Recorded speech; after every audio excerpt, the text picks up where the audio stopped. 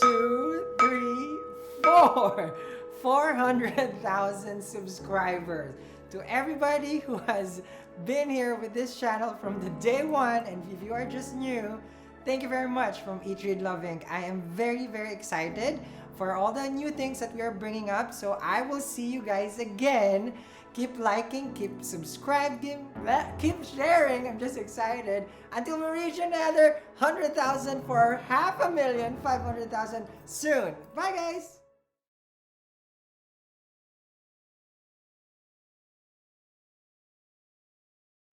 Hi everyone, welcome to your monthly horoscope with Dr. Pi.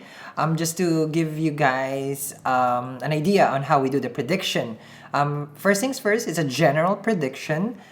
Your own dasha, Mahadasha, Antardasha has to be considered first before any kind of general prediction. So that's always the starting point. And then, of course, just also as transit, there are point systems. There's a lot of things, Ashtak Varga, that you have to look for and how transit can affect you. But this is a general prediction, so just, take it lightly. We try our best, as accurate as possible, where the planets are going to be affecting us on a general level. And also, we do practice Vedic sidereal Indian astrology, just to clear things. We do not practice tropic astrology. So without further ado, let's start your reading. All right, Saj, we have Dr. Pi for our monthly horoscope, and let's begin. Take it away, Dr. Pi.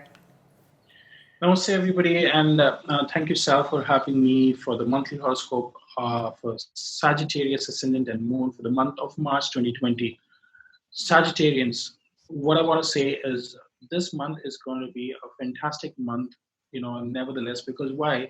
Jupiter, your lot of your ascendant, which is sitting in its own house, and its friend, which is Mars, is coming and joining it. So I think it cannot be a better month for you people than this month. Okay, so Jupiter with your fourth house Lord Jupiter coming into the first house, again a beautiful combination, and then Jupiter is going to transit over an asterism or a nakshatra, we would call in constellation of Uttarashara, and it's just going to cross over at the end of the month. But when it comes into Uttarashara, I'm saying this is the best period of your life, especially where after the Sun transits into the fourth house, because Sun is going to transit on the 13th of March, it's going to go into Pisces. So Pisces is again co-ruled by Jupiter. So when it's going to enter there, it's a ninth house lord for Sagittarians.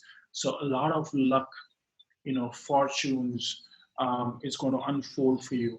And maybe for some people who are been hoping that their father, the teacher, their guru has to come home, they might visit their home and bless their home. So the ninth house is the blessings.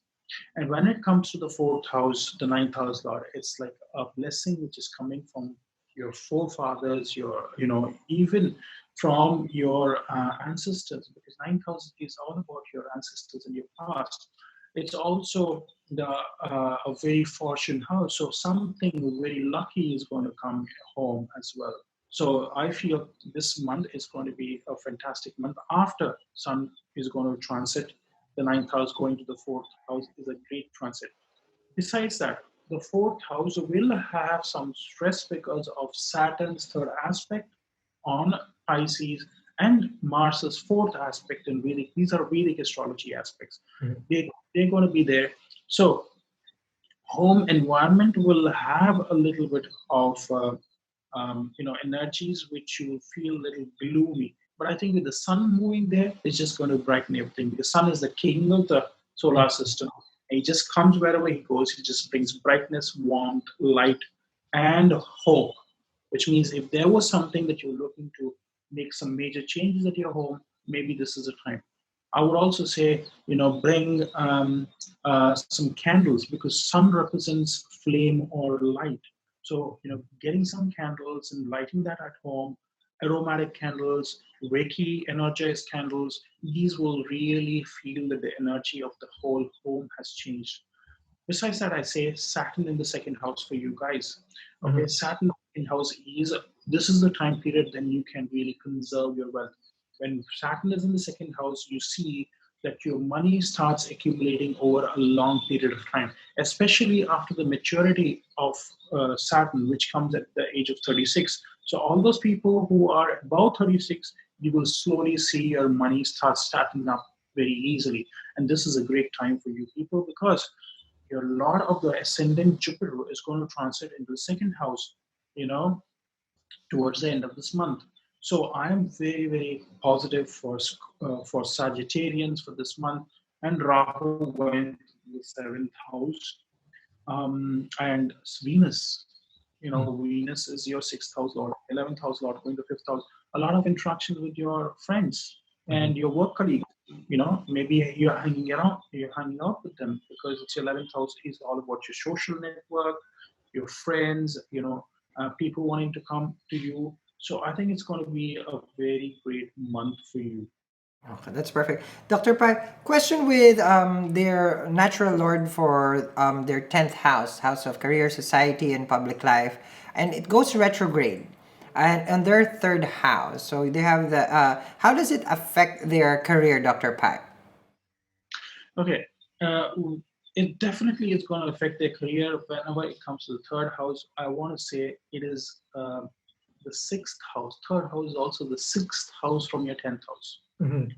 Okay. In Vedic astrology, we use this called as Bhavat Bhavam as well. Yes. We always see. So it's really going to be very intense, especially related to communications from your work environment because your 10th lord is coming six spaces from itself.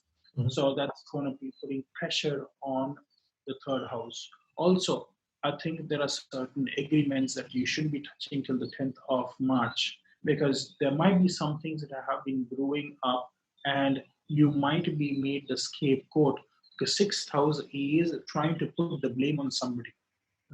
So at your workplace, they might be looking for a scapegoat, and you might happen to be the scapegoat if you're not paying attention to the contracts and the agreements that are sitting on the table for your signature. Then read them because Mhm. this is a time period that you will miss out on certain things, and you might because you might overlook. It's not that you're intentionally doing that, but you might overlook. So really give that a very clear thought. Besides that, I also want to say, Mars is the fifth house lord going to move into the second house. So I feel this is the time when you might want to introduce your person that you have loved to your family because Mhm. it's a fifth house lord coming to the second house. So maybe introduction of your friend to the family or bringing somebody in your family might be something that you might want to think about Mhm. during this. That's perfect. Dr. Pai, the Moon in Sag, they're in their last 2.5 years period of their sadisati. Because normally the peak would be when it's sitting on Saturn and Moon together. Is there anything that you can share with us with your knowledge of sadisati, especially when it's about to exit because it's already in its final stage? Yeah. So, many of us also believe that, Shani will be playing in three phases in your life. The first 2.5 years, they say it's going to impact you from, your one third of your body. Then the second, when it's really on that part of your body, and then it's on the legs, they say. Finally, whenever it's come to the second house, it's more on the legs. It's just about to leave. Mhm. That's what we believe in. Some of them.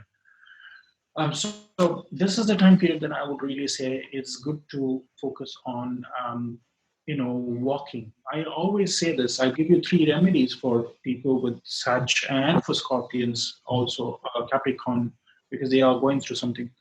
Um, Legs, because 12th house, wherever Saturn is transiting now, is Capricorn. Capricorn is your knees, Yes. and knee is something which um, has to do with your career. And Yes. Shani is called the Karaka of karmas and your career as well, because he Yes. represents the 10th house also. With other planets like Jupiter, Sun, Mercury, he also is the significator of your career. Now, 10th house, I give you a secret, Mhm. and this is not only for Sagittarians, but I would say you should practice a walk which is called the Infinity Walk, and this was given by the great saints of Tamil Nadu, which is the southern part of India. What they say is if you walk yourself in the formation of an eight, Mhm. eight is a number which is associated with Shani Yeah. in numerology, which is Saturn. And by walking that, what happens is the way you're taking your steps when you're walking. So you can take, something by 10 feet, by 5 feet, and just walk in a Mhm. formation of eight, maybe 25, 30 times.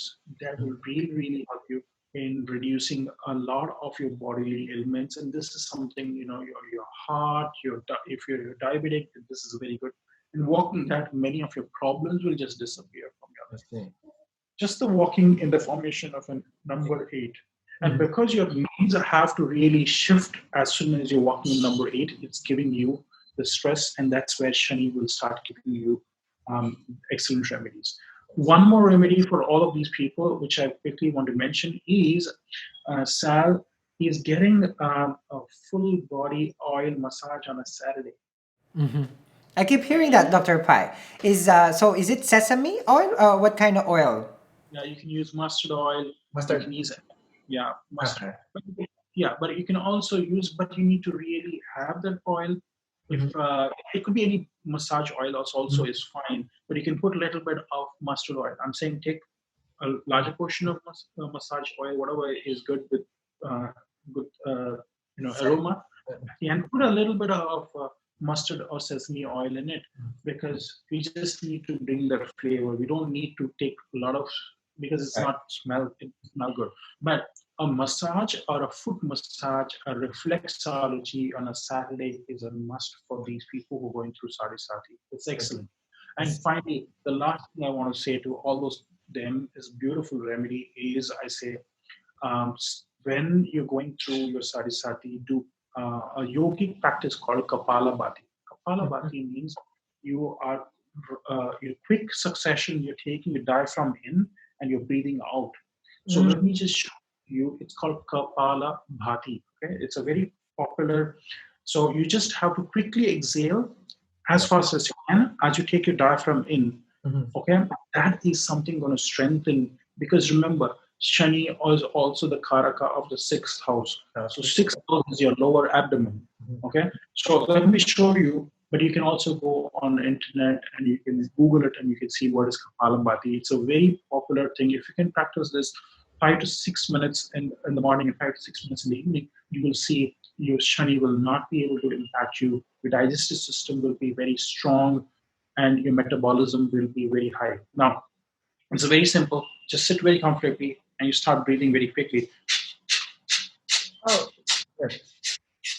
Mhm. But when you're breathing out, your diaphragm should be going in. I see. This is called Kapalabhati. Beautiful remedy for all the people going through 7.5 years. Do this 6 minutes to 8 minutes in the morning, 6 to 8 minutes in the evening. You get tired very quickly because it's a lot of, but it's really going to help you reduce your belly, your tummy, remove the belly fat. Also, it's going to exercise your organs. The most important organs are your liver, your pancreas, your gallbladder, everything, your intestine. All of them are sitting there. It's a great healing therapy that I would say for SAT. Okay, so there you go. So Dr. Pai gave us his three secrets for, because it's, for Sagittarius, it's like it's 2.5 years. It's almost over, and I'm pretty sure you already feel a sense of relief after January 24, when Shani moved to the second house. Well, for the moon in Scorpio, for the moon in Sagittarius. Sorry. Okay, so those remedies, try it. I've tried a lot of remedies that Dr. Pai has given to me, and it has always shown significant, how to say this, effects in my life. And it does work wonders. But of course, you always just like any other remedies, you always have to consider like your heart. You should always offer your heart to the divine when you're doing it, and not just the act of it, but really taking it into your higher self within. Okay, so that's it for the Sagittarius. Sorry, there's just some ambulance right now. Okay. So if you guys need to consult with Dr. Pai, in the description box, if you click, all his information will be there. And then we do this every month. So make sure you hit like and subscribe, and we'll see you guys again. Bye.